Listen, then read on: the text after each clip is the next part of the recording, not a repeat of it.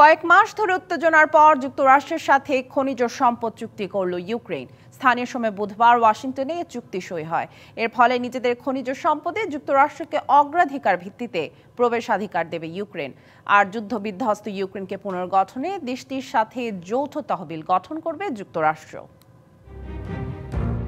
কয়েক মাস ধরে দর কষাকষির পর অবশেষে ইউক্রেনের জ্বালানি ও খনিজ সম্পদকে যৌথভাবে কাজে লাগাতে চুক্তিতে পৌঁছালো যুক্তরাষ্ট্র ও ইউক্রেন। রাশিয়ার সাথে যুদ্ধের কারণে ইউক্রেনের ক্ষতিগ্রস্ত অর্থনীতিকে পুনরুজ্জীবিত করতে এই চুক্তির আওতায় উভয় দেশ একটি পুনর্গঠন বিনিয়োগ তহবিলও গঠন করবে।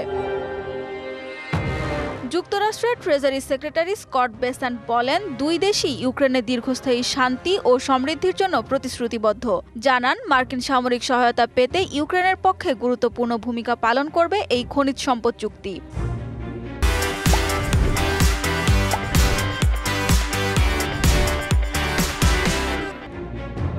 ইউক্রেন যুক্তরাষ্ট্রের পুনর্গঠন তহবিল ইউক্রেনে বৈশ্বিক বাণিজ্যকে আকৃষ্ট করবে বলে মন্তব্য করেছেন দেশটির first deputy prime minister Yulia সভিরেদেঙ্কো।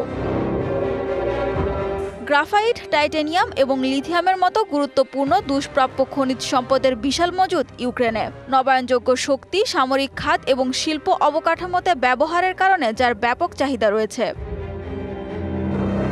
বিরল এসব খনিজ পদার্থের ৯০% রয়েছে চীনে। তবে দেশটির সাথে বাণিজ্য লড়াইয়ের কারণে দীর্ঘদিন ধরেই ইউক্রেনের বিরল খনিজের চোখ ছিল মার্কিন প্রেসিডেন্ট ডোনাল্ড ট্রাম্পের।